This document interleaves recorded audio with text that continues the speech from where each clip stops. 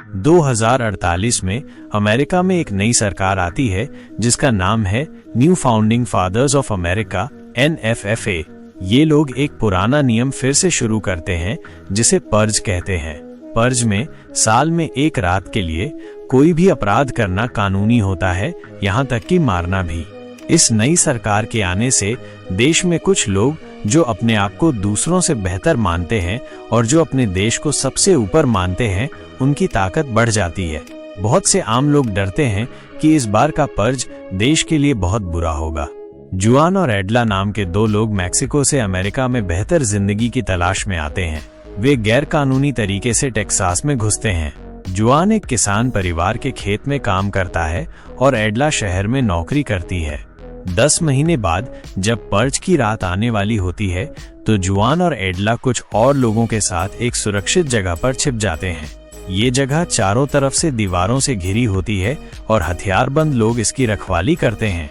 जैसे ही पर्ज शुरू होता है, एडला कुछ ऐसे लोगों को देखती है जो अपने आप को पर्ज प्यूरिफिकेशन फोर्स PPF कहते हैं। ये लोग मानते हैं कि जो लोग अमेरिकी नहीं हैं उन्हें मार देना चाहिए, लेकिन जिस सुरक्षित जगह पर जुआन और एडला हैं वहाँ कुछ नहीं होता और वे बच जाते हैं।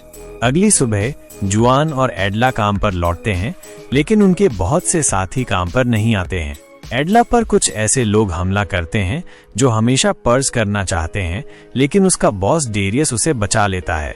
फिर पुलिस एडला और डेरियस को उनके हमलावरों को मारने के आरोप में पकड़ लेती है।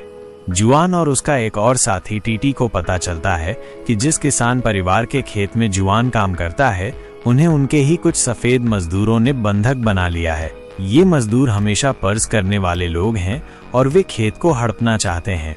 परिवार का बूढ़ा मुखिया कालेब टकर खुद को कुर्बान कर देता है, जिससे जुआन और टीटी उसके बेटे डायलन की गर्भवती पत्नी कैसी और डायलन की बहन हार्पर को बचा लेते हैं। जब वे एडला को ढूंढने जा रहे होते हैं तो खबर आती है कि पूरे देश में लोग सोशल मीडिया के जरिए एक दूसरे से जुड़ रहे हैं और NFFA के शांत रहने के आदेश को नहीं मान रहे हैं। वे हमेशा के लिए पर्ज जारी रखने की घोषणा कर रहे हैं। जुआन और उसके साथी डेरियस और एडला को कुछ बुरे लोगों से बचाते हैं।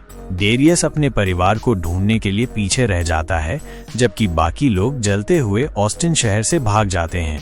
एक पेट्रोल पंप पर उन्हें खबर मिलती है कि जो लोग पर्ज नहीं कर रहे हैं उनकी सुरक्षा के लिए कनाडा और मेक्सिको ने अगले 6 घंटे के लिए अपनी सीमाएं खोल दी हैं। उसके बाद सीमाएं बंद कर दी जाएंगी और किसी को अंदर नहीं आने दिया जाएगा। समूह मेक्सिको की सीमा पार करने का फैसला करता है। जब तक समूह एल पासो शहर पहुंचता है, तब तक NFFA ने हिंसा को रोकने के लिए पूरे देश में सेना को बुला लिया है। एल पासो में लड़ाई होती है और एडला और कैसी बाकी समूह से बिछड़ जाती हैं। जुआन, टीटी, डायलन और हार्पर को PPF के लोग पकड़ लेते हैं। PPF का नेता डायलन और हार्पर को टीटी और जुआन को मारने पर जिंदा रहने का मौका देता है। जब वे मना कर देते हैं तो PPF के लोग टीटी को मार देते हैं, लेकिन तभी सेना आ जाती है और समूह भाग जाता है।